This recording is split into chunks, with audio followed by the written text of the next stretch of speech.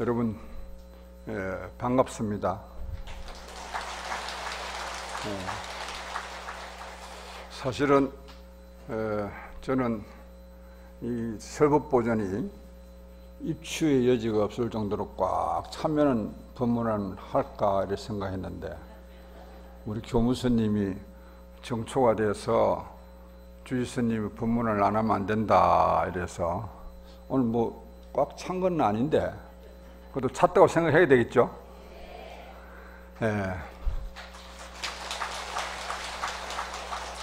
제가 왜 이 말씀을 드리냐면요, 옛날에 어느 큰 스님 한 분이 저 조계사 주지를 하실 때 저희들 어릴 때 들은 이야기입니다. 그러니까 그 다음부터는 그 조계사도 꽤나 큰 법당인데 그 다음부터는 그 스님 법문 들으려고 꽉 찼어요. 저도 혹시나 그럴까 싶어가지고. 그래서 사실은 이제 우리가 다사다난했던 한 해가 갑니다. 사실은 뭐 저도 자고 나니까 또 기해년에서 경자년으로 바뀌었습니다. 사실은 뭐 세월이라는 것이, 시간이라는 것이 이렇게 멈출 수가 없어서 이렇게 갑니다. 그래서 작년에도 우리가 통사에서 크고 작은 일들을 많이 했습니다.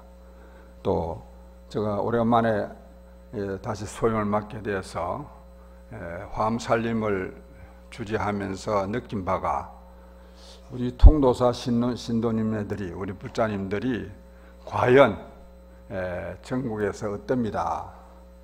이런 생각을 하게 되었습니다. 그런 것을 왜 그러냐 하면은 사실은 어느 전국 어느 본사를 다녀봐도 이런 많은 불자님들이 이런 행사에 동참하고 참배하는 데가 없습니다.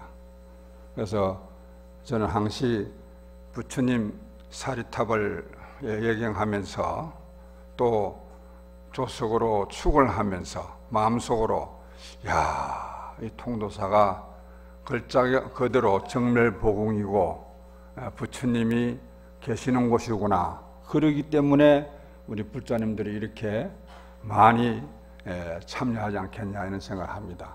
사실은 통도사가 좋죠. 어제 우리 저도 이렇게 싱겁게 잘 웃기를 합니다만은 우리 종무소 소임자 선생님들도 잘 웃어요. 그래서 어제 통도사가 좀 밝아졌다고 하는 이야기를 합니다. 그래서 사실 우리가 옛날 속담에도 웃는 얼굴에 춤 못 받는다고 우리 항시 웃음으로 가득한 한 해가 되시길 바랍니다. 우리가 올해가 무슨 띠인 줄 아십니까? 다 대답을 잘하시는 거니까 올해가 쥐띠입니다. 쥐띠는 여러분들이 아시다시피 12가지 띠가 있는데 오늘 내가 수수께끼를 하나 내려고 그러는데 12가지 다 하시는 분 있어요? 차례대로? 그럼 상 주려고 그랬는데 너무 많아서 상 안 줘야 되겠다. 사실은 그 12가지 우리 동물 중에서 쥐라는 동물이 있습니다. 여러분들 쥐 싫어하죠?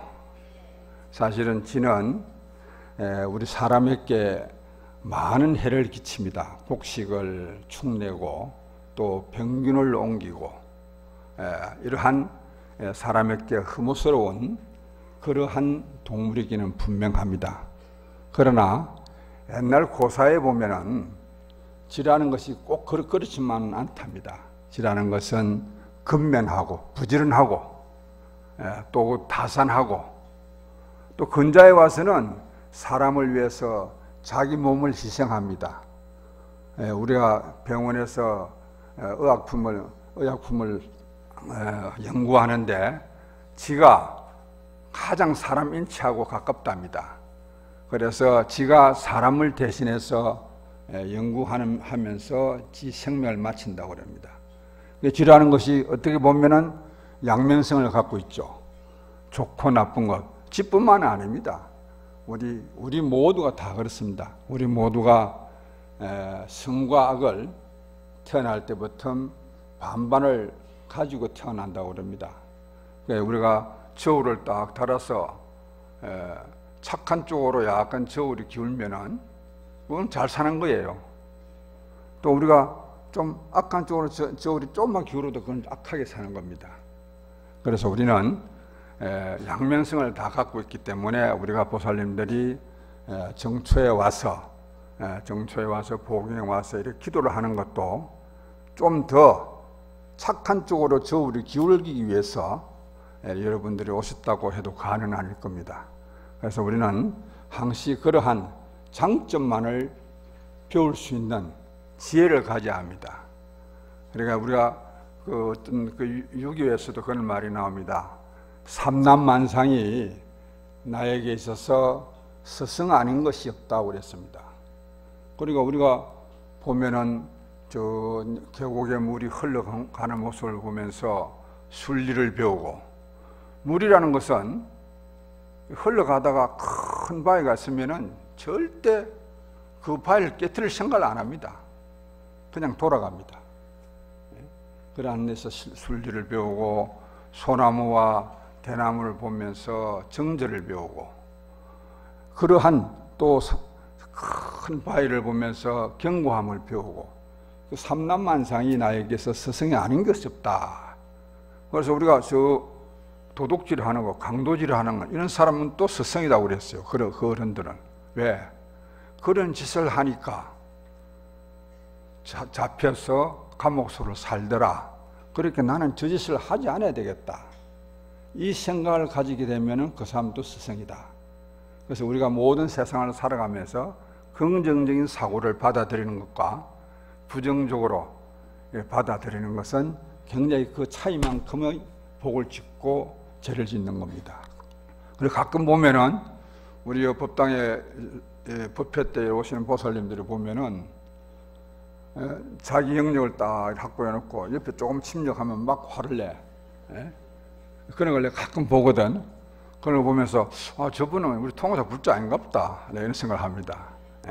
우리 통도사 그 불자님들은 마음이 다 너그러워서 그런 걸 다 받아주리라고 생각했는데 그런 분들이 가끔 있어요, 보면은. 그래서 사소한 것 가지고 자기 마음을 어지럽게 하는 사람만큼 어리석은 사람은 없습니다.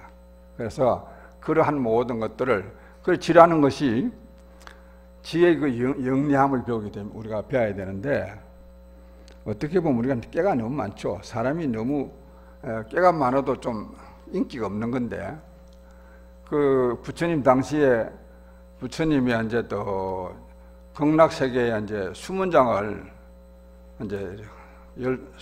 시키려고 지상에 있는 동물들을 이제 대세지 보살을 불러가지고 수문장을 누구를 시켰으면 좋겠느냐 하다가 부처님께서 그러면 지상에 있는 동물 12가지를 12동물을 불러서 돌아가면서 1년에 한 번씩 수문장을 시키자 이렇게 했어요. 그런데 그래서 대세지 보살님이 지상에 연락을 해서 이제 동물들 왔는데, 이제 그게 제일 먼저 온 게 고양이입니다. 그러니까 이제 우리가 고양이하고 보면은 12가지 동물이 있죠. 자축, 인묘, 진사, 수레, 이렇게 12가지가 있는데, 그래 이제 고양이 제일 먼저 와서 이제 고양이가 딱 상석에 앉은 거예요.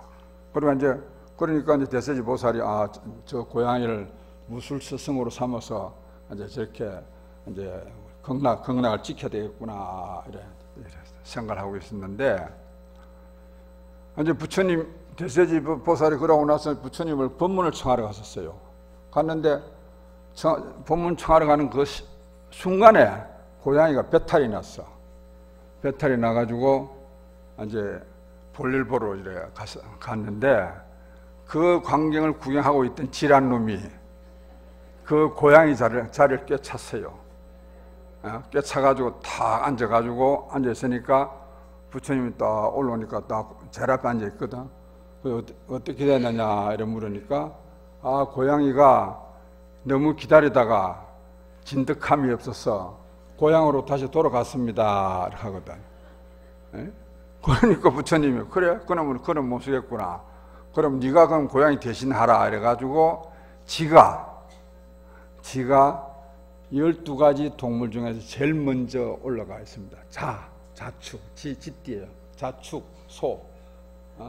이렇게 이제 얼마나 영리합니까?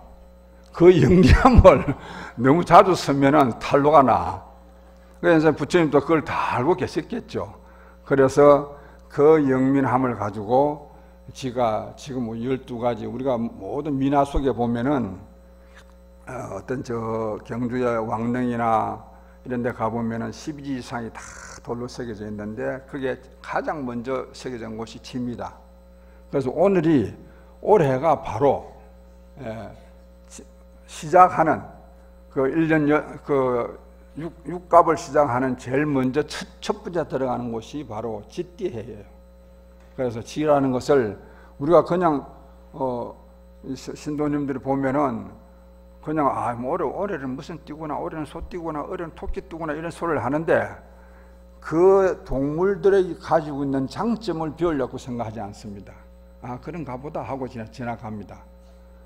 우리가 마찬가지예요. 학교 공부를 한 학생들도 여기에서 지금 법문을 듣는 우리 불자님들도 마찬가지입니다. 법사가 이야기하는 거를 저거를 내가 귀에 담아야 되겠다는 마음을 가지고 접하는 거하고 앉아 계시는 거하고 아이고 뭐 법사 선생님은 이야기해라, 나는 내 볼 본다 하는 식으로 들으면 밖에 나가면 아무것도 몰라요. 그와 같이 우리가 살면서 모든 것을 접근할 때 이러한 방법으로 그 쥐라는 그 동물이 그만큼 영민한 거예요. 그러나 저도 이제 이렇게 살면서 이런 소임을 보고 또 어떤 저 총문에 살면서도 그런 걸 느꼈습니다. 사람이 괜히 괜시리 와가지고 막 가까이 하려고 그러고 아양을 떨고 잘하려고 하는 사람들은 저 다시 한번 보게 됩니다. 왜? 옛날 어르신들 다 그런 이야기를 해요. 그 사람들은 뭔가 허물이 있는가 보다 이렇게 생각을 하게 돼요. 그래서 저도 우리가 당당하게 살면 그럴 필요가 없어요. 지 공부 지가 하고 지팔 지가 흔들고 살면 되지. 왜 그렇게 너무 눈치를 보고 살아야 되느냐 이거죠. 여러분들 그래 안 사시죠? 올해는 여러분들도 정말 당당하게 사셔야 됩니다. 왜? 우리 통도사 신도니까. 통도사 신도 아무나 못합니다.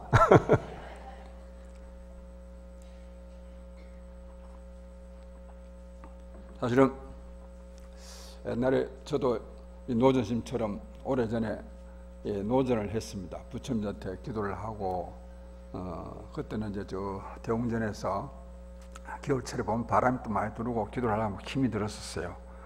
이제 그래야 기도를 하면서 그때는 몰랐는데 근자에 와서 연부를 좀 해보면은 목이 말려요. 그 어떤 데는 연부를 하다 목이 막혀가지고 힘이 들 때가 있어요. 그래서 이제야 이제 노전 스님 연부라는 그 괴로움을 좀 알 것 같아. 그 시정을 좀 알아요 이제는. 그래서 지금 방금도 연부를 하고 나는 두 가지를 한꺼번에 하려고 힘이 드네요. 축은 실컷 하고 와가지고 또 법문을 하려고 하니까 목이 자꾸 말라요. 그래서 우리가 지혜의 경자년 지혜의 해에 지혜의 나쁜 거는 생각하지 마시고 지혜의 장점을 배울 수 있는 그런 지혜를 우리가 가지는 것이 좋다. 그래서 우리가 지라는 것이 한약계도 이야기처럼 근면하지 않습니까? 부지런합니다. 그래 부지런해서 또 영리해서 또한 이제 옛날에는 어떤 그 조각공음에 보면은 지가 이렇게 그려져 있어. 왜 그 허무스러운 지를 해놨겠습니까? 그러나 그 자체가 다산을 하기 위해서다. 이런 이야기를 합니다. 우리 뭐 여기 부모님들은 연세 많은 분들은 자식들이 손주들 많이 낳는 걸 좋아하지 않습니까? 요즘 뭐 젊은 사람들은 안 그렇지만은 그래서 다산의 상징이다 이렇게 합니다. 그 지혜해에서는 우리의 지혜였던 그 단점보다는 장점을 이해하고 장점을 배우려고 하는 그런 마음으로 보살님들이 우리 여기 모이신 불자님들이 올해 기도를 한다면은 분명코 올해 한 해가 좋은 일로 가득하리라고 저는 봅니다. 그래서 지혜를 배우시고 또 지에 대한 이야기가 또 있습니다. 그 경전에 보면은 그 안수정등이라는 이야기가 나옵니다. 그 어느 나그네가 길을 가는데 미친 코끼리가 그 나그네를 막 해치려고 쫓아옵니다. 그러니까 이런 이야기를 많이 들으셨죠. 그래서 이제 그 나그네가 자기 몸을 피하려고 하다 보니까 웅덩이가 있어가지고 그 웅덩이를 내려갔는데 다행히 나무가 있어서 나무 줄기를 잡고 중간쯤 내려가서 보니까 밑에는 4마리의 독사가 있고 독용이 있고 내려갈 수도 진퇴양난이라 내려갈 수도 없고 올라갈 수도 없고 그런데 들판에 불은 붙어서 불길은 막 자기 그 웅덩이 쪽으로 막 불어오고 불길은 그러니까 오면 그거 타버리면 떨어지면 죽는 거예요. 그 찰나에 그 괴로운 찰나에 그 가지 위에 벌이 집을 지었는데 그 벌집에서 꿀이 똑똑 떨어지면서 그 나그네 입으로 들어갔답니다. 또 그 상속에서 또 흰지 한 마리하고 검은지가 왔다 갔다 하면서 그 잡고 있는 줄기를 막 깔아먹고 있거든. 그 깔아먹으면 떨어지면 어떻게 되겠어요? 예? 그래서 그 순간에 하늘을 보고 한숨을 짓고 있는데 그 나그네 입으로 꿀이 떨어지니까 그 꿀맛에 취해가지고 지도 잊어버리고 코끼리도 잊어버리고 독사도 잊어버리고 독용도 잊어버리고 다 잊었다는 거예요. 우리 중생은 지금 이처럼 어리석게 우리가 살고 있습니다. 속고 살고 있죠. 그래서 우리가 이 세상이 검은지와 흰지는 낮과 밤을 상징했다고 그럽니다. 그 경전에 보면은.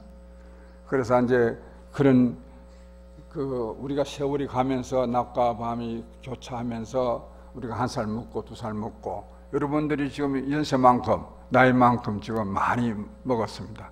또 많이 먹은 분들은 몸이 말을 또 안 들어요. 예? 그런 것이 우리의 인생인가 봐요. 그래서 우리가 이러한 고통을 조금 없애고자 해서 또 우리가 평안하기 위해서 불전에 와서 기도하고 우리가 한 달은 초하루부터 시작되죠. 또 1년은 정초부터 시작됩니다. 저는 통도산 전통이 있습니다. 옛날 어르신들 때부터 섣달 금음날 저녁 12시가 딱 되면은 저 천왕문 옆에 가람각이 우리 통도사를 지켜주는 가람신을 모시는 가람각이 있습니다. 다 아시죠? 그 가람각에 가서 다른 사람은 가지 말고 주지하고 노전스님만 딱 가서 불공을 하라 이렇게 옛날 어르신들이. 그런데 한 16년 전에 주지할 때도 그게 굉장히 힘들었어요. 왜냐? 12시에 딱 가서 이제 불공을 딱 하고 12시 시간 맞추려고 잠을 못 잡니다. 또 이제 와서 조금 자려고 하면 예불을 해야 돼요. 또 예불 하고 나면 이제 불공해야 되고 제사 지내야 되고 또 다 고향하고 나면 그때부터 사람들 찾아와서 지금 인사한다고 찾아옵니다. 오는 사람도 막지도 못하겠고 저 얼굴이 좀 가칠해졌을 겁니다. 좀 며칠 상관에. 그래서 그런 주지를 하는 게 좋은 것도 있는데 이런 어려운 것도 있구나. 그래서 그 가랑각에 불공을 하면서 마음속으로 기도했습니다. 저는 무엇보다도 이제 불이 가장 중요합니다. 이 산중에 우리 통도사에서 집들이 따닥따닥 붙어서 화재를 제일 겁을 냅니다. 그래서 우리가 용왕제 지낼 때 바닷물을 떠와서 각 정각마다 올려놓은 이유도 그거고, 그래서 그 가람신에게 마음속으로 염원하면서 통도사에 재앙이 없도록, 또 이제 겨울철에 요즘 비가 좀 오니까 산불 걱정이 없어요. 메마르면 또 산불 걱정 때문에 잠이 안 옵니다. 사실은 주지라니 소임도 이게 굉장히 어려운 소임이에요. 그래서 그런 것을 보면서 오늘은 또 가만 보면서 이 비가 왜 이리 정초에 비가 많이 와서 통도사를 찾는 불자님들이 이렇게 힘들게 할까 한편으로 이런 생각하면, 또 한편으로는 이게 요것도 셈이 있어가지고 봄이 오니까 이 봄이 빨리 못 오더라고. 막 지금 샘을 좀 부르는 건데 오늘도 바람도 엄청나게 불어요 지금 밖에. 그래서 이제 봄이 우리 가까이 와 있는 것 같습니다. 와 있고, 우리 저 영각 앞에 제일 먼저 봄의 그 전령을 알려주는 그 자장매가 있습니다. 언제부터인가 자장매라고 이름을 붙여서 전국의 많은 작가들이 와서 사진도 찍고 그러합니다. 그래서 이제 얼마 전에 보니까 날씨가 너무 따뜻해서, 요즘 겨울 날씨 같지 않고 따뜻해서 그 몽우리가 맺혔어요 벌써. 그래서 이러한 좋은 시기에 우리가 올해 한 해가 시작됩니다. 그래서 이 한 해는 여러분들이 우리 불자님들이 정말로 마음의 다짐을 가져서 우리가 어리석게 살지 말고, 그 광야를 거니는 그런 나그네처럼 우리 살지 말고 지혜롭게 뭔가 남에게 좀 뭔가 베풀 수 있는 마음을 가지고 이래 살았으면 좋겠다는 생각을 저 스스로도 해봅니다. 그래서 저도 가끔 우리가 해외에 나갈 때 그 무슨 기재하는 그 기재를 안 해보면은 직업이 나옵니다. 직업. 그 직업 나오는데 뭐 그냥 중이라고 쓰기도 못하고 성직자라고 씁니다. 성직자라고. 그래서 여러분들 알다시피 스님이나 목사나 신부나 이런 분들을 우리가 다 일컬어서 성직자라고 그럽니다. 서는데 가끔 저는 이제 변기를 서놓고 변기를 타고 가면서 생각을 해요. 과연 내가 성직자로서의 바른 몸가짐을 하고 바른 생각을 하고 있을까? 저 스스로 이렇게 반문을 해볼 때가 많았습니다. 그런데 저는 솔직히 이거 성직자는 아니다 이런 생각을 하고 있어요. 왜냐? 나는 이게 내가 좋아서 하고 있습니다. 이제 성녀 생활을. 성녀 생활을 어릴 때는 몰랐지만 철이 들면서 나를 알 때, 내 자신을 알 때, 내가 참 성녀 이 생활을 잘했구나, 중노를 잘하구나, 이런 생각을 하면 좋구나, 이런 생각을 하고 지금 살아왔는데, 이거 지금 또 내가 싫으면 난 나가면 돼요. 사회로 나가도 누가 뭐 법적으로 니 나갔다 이런 법적으로 제재할 차는 아무도 없습니다. 내가 좋아서 하고 있어. 내가. 그것도 또 내가 과연 남을 위해서 뭘 했을까? 이런 생각을 합니다. 내 스스로가. 그리고 별 한 게 없어요.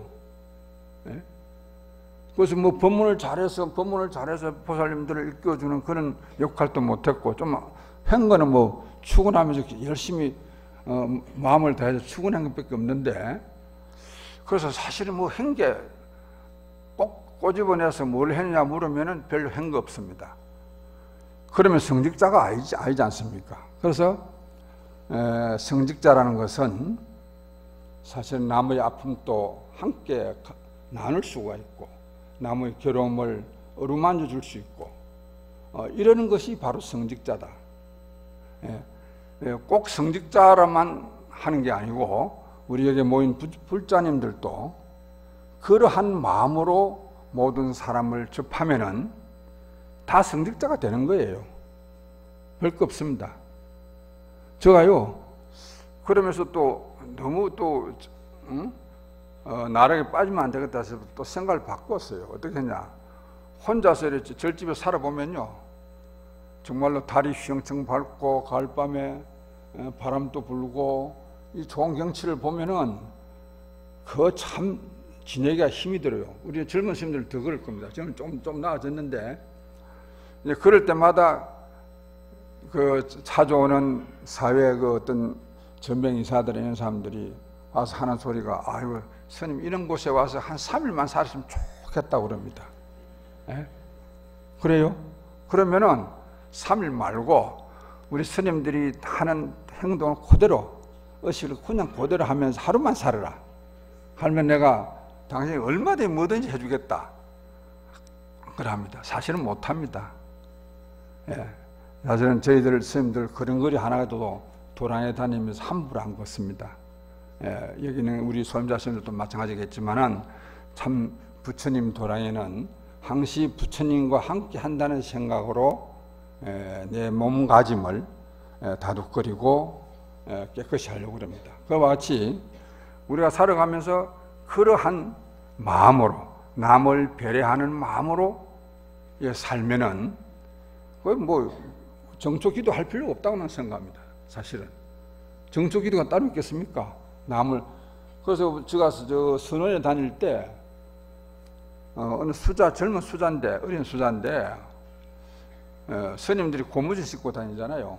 다니면은 남 모르게 딱 나와서 그 고무신을 싹 씻어서 말려가지고 딱 신방돌 위에 딱 갖다 놓습니다. 나중에 그걸 알았어요. 그래 그 모습을 보면서 야, 저 사람이 진정 수행이구나 하는 생각을 가졌어요. 그것도 쉽지 않아요. 남을 위해서 배려한다는 거. 뭐 큰 것을 덜렁 큰 것을 준다고 해서 배려하는 게 아닙니다. 그 사소한 거. 우리 제사 모으는 것도 옛날 돌아가신 저 정묵당 큰 스님이 그런 말씀을 하셨어요. 재산이 모이는 것도 그렇고 없어지는 것도 큰 것부터 없어지는 건 없답니다. 사소한 조그만 데서부터 재산은 없어진다고 그래요. 그래서 우리가 그런 사소한 것을 남 모르게 했을 때 그것이 진정 배려하는 마음으로 되어서 복을 짓는다, 이런 생각을 합니다. 그래서 이제 올해 제가 이제 나름대로 정초에 기도를 하면서 마음속으로 올해 통도사가 사중에 뭐를 해야 할까, 이런 생각을 좀 가져봤습니다. 근데 이제 가장 이제 먼저 해야 할 것이 우리 저 미륵 부처님 모신 그 용화전 있죠. 용화전이 건물은 굉장히 2조 이제 말쯤에서 건물은 오래되었습니다. 그래서 그 용화전 부처님이 굉장히 우리가 오래된 걸로 생각했었어요. 그런데 근자에 이제 그 조소불이 되어가지고 땅에서부터 다 이렇게 부처님을 모셔놓으니까 여름에 습도가 찼다가 가을에 이제 공기가 맑아져서 이제 건조해지면 또 흙이 떨어지고 그래서 그 용화전 부처님을 보수하려고 보니까 부처님 그 복장물이 나왔어요. 복장물이 나왔는데 그 복장에 그 70년 전에 구자 하자 구한오 스님이라는 어른이 그 부처님 조성연대 연기문을 썼습니다. 썼는데 그 부처님이 그러니까 70년밖에 안 됐어요. 보사님들도 다 되게 오래된 줄 아셨죠? 그런데 연기문에 그 당시에 그 6.25 전난 때 낙동강 전투에서 부상당한 군인들이 엄청나게 많았습니다. 그 부상병들이 여기에 통도사 3,000명이라는 부상병이 와서 이 통도사가 육군 3일 병원이었습니다. 그리고 이 지장전, 우리 명부전 하는 명부전이 뭐냐? 교회로 사용했다. 교회. 예?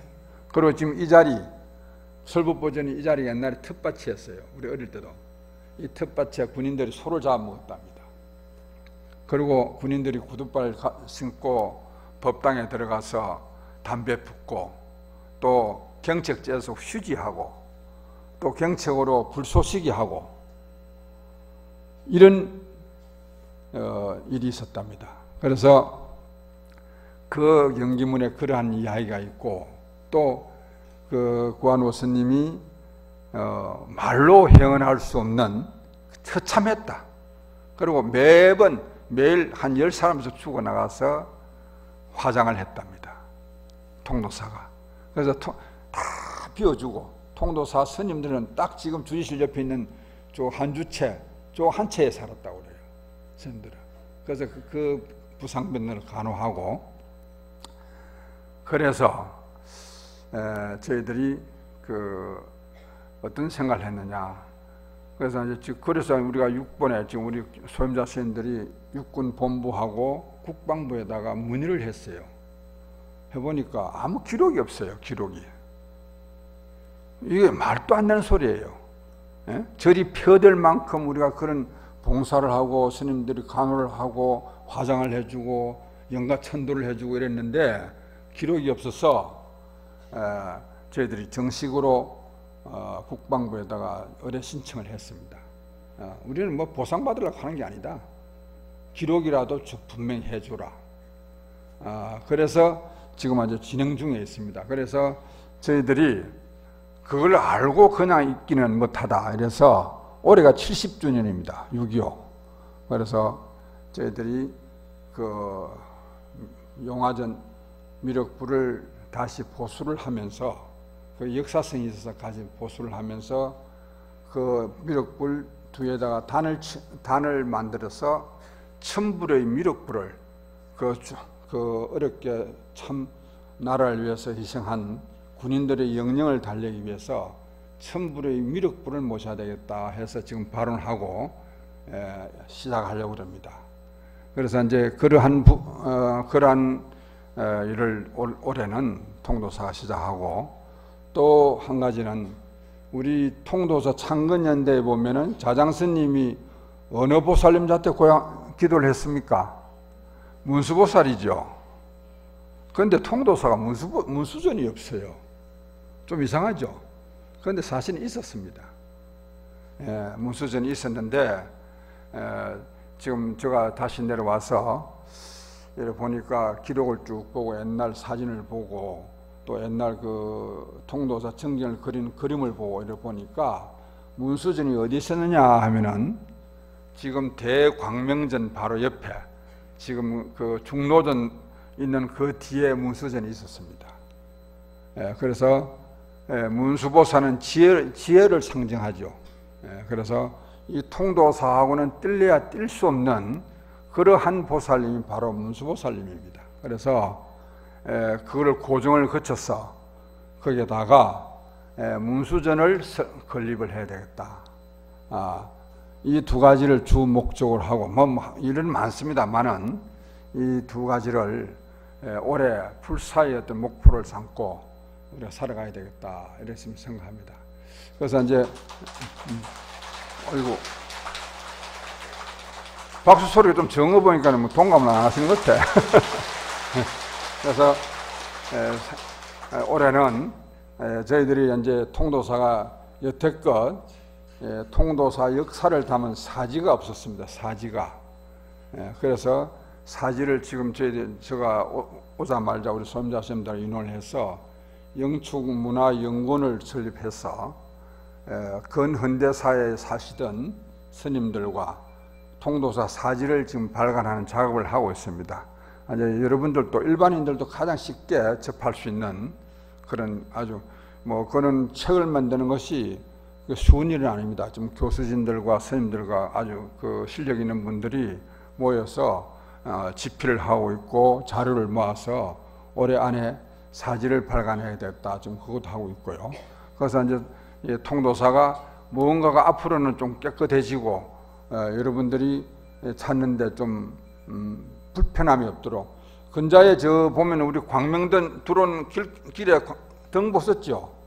이 밤에 들어오셔야 그걸 확실히 더 아시는데 그래 앞으로는 그 등을 저 국제 템플 스테이크까지 등을 지금 설립합니다. 그래서 우리가 저녁에도 이 달빛 좋을 때 이제 그래서 템플 스테이를 하면서 그 걷는 명상을 하기 위해서 그런 걸 해보니까 저도 요즘 그걸 지나다니면서 그래 해놓고 나지 참 좋다 이런 생각을 합니다. 너무 이제 저녁에 돌아보면 너무 컴컴해서 그랬는데 요즘 통도사 좀 밝아졌습니다. 그래서 이제 여러분 불자님들이 오시기 좀 편안하시라고 그래놓고 했습니다. 그래서 이런 모든 것들이 앞으로는 함께 우리 절대 뭐 주지 또 우리 소임자 스님들이 한다고 해서 되는 일은 아닙니다. 그래서 저도 이래 주지를 저번에도 한 6년 정도 하고 요번에 주지를 하면서 이렇게 법상을 와서 신도님들 보고 뭐 불사하는데 돈 내라 소리를 해본 적이 없어요. 그런데도 불사가 됐어요. 했는데 그래서 우리가 꼭 우리가 필요한 것은, 필요치 않는 것은 지양하더라도 필요한 불사는 우리가 해야 되겠다 이렇게 생각돼서 올해 그 불사 2가지를 아주 뭐 책 짓는 거야, 책을 만드는 것도 큰 집을 한 채 짓는 것만큼의 예산도 들고 합니다. 그거는 이제 그렇게 한다 하지만은 이제 우리가 문수전 건립과 용화전 첨부를 그 6.25 때 그 국가를 위해서 희생당한 군인들의 영령을 달래는 큰 행사를 올해 이제 그 6.25를 맞춰서 위령제를 한번 지내려고 합니다. 그래서 그때는 뭐 정부에서도 올 것이고, 그래서 크게 그네들이 그 영혼을 달래는 그런 위령제를 한번 지내려고 합니다. 그래서 그러한 일들을 올해 목표를 삼고 하나하나 추진해 갑니다. 그래서 그것은 우리 절에 사는 스님들만 하는 게 아니고 여러 불자님들이 함께 하는 마음을 가져주실 때 그 불사가 이루어진다는 것을 생각하고 다 함께 동참해 주시길 바라고, 또 이제 시간이 그러고 보기도 많이 지체되었습니다. 그래서 올해 한 해가 또 우리가 벌써 시작한 지가 한 달이 다 됐습니다. 양력으로 보면은 한 달이 다 됐는데, 이 세월이 너무 잘 간다. 여기 저보다 연세 많은 분들은 더 세월이 잘 가겠죠.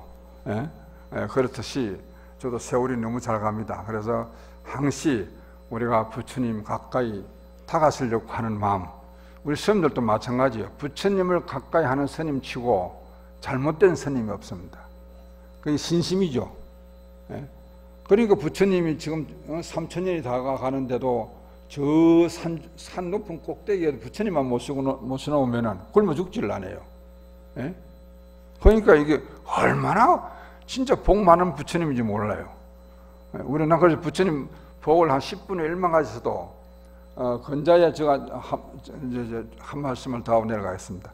건자야 이제 저희들이 81년도에 중국 대만 불광산사라는 절의 성운스님 그 절과 우리 지금 방장스님 주지할 때 형제지차를 맺었습니다.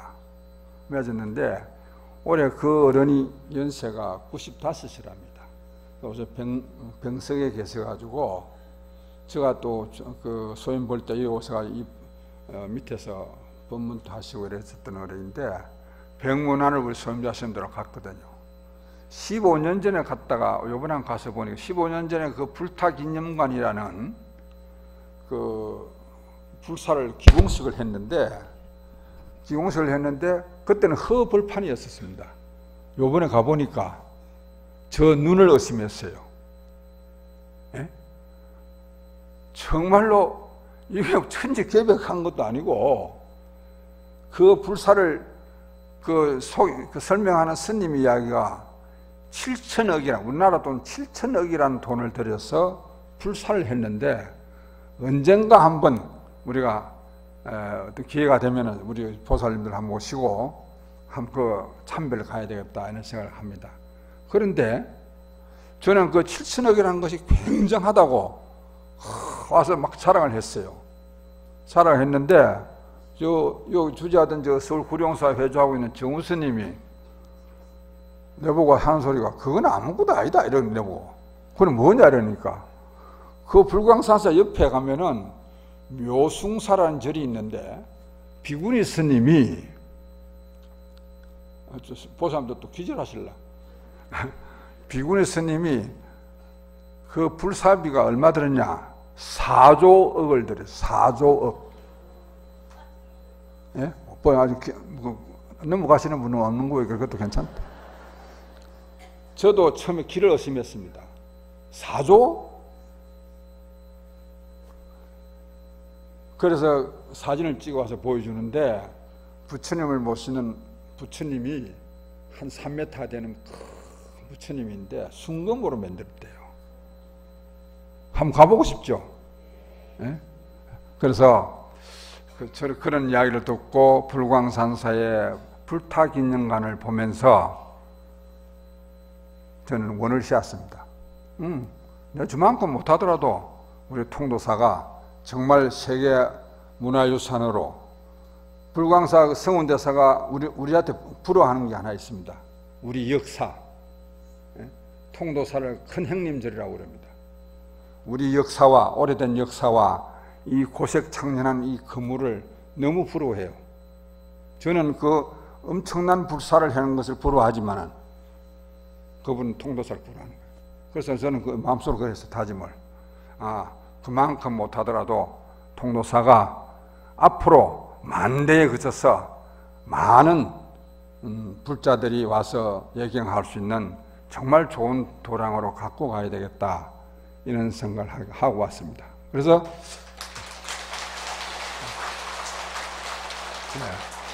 올해 한 해 이제 이런 이야기하는 것은 우리도 대만 불광사처럼 우리 그건 다 신도님들이 시주에서 다 자원봉사하고 스님이 아들이 스님이 되면은 그 부모들을 다 절에 오락해가지고 절에서 숙식하면서 다 자원봉사해요. 이제 우리나라도 이제 얼마 안 가면 그래 될 겁니다. 자식 하나 낳아가지고 갈 데 없으면 절에 오셔야죠. 뭐 절에 오셔가지고 이제 또 부처님하고 기도하고 부처님도 예경하고 봉사하면 복지니까. 그러니까 우리도 그렇게 되리라고 저는 봅니다. 그래서 그러한 그 마음으로 우리 신도님들도 임해주시기 바라고, 또 올해 한 해 우리 정초 기도를 열심히 하셔서 정말 무탈하고 하시고자 하는 마음의 염원이 있다면 모두 성취하시길 바랍니다. 감사합니다.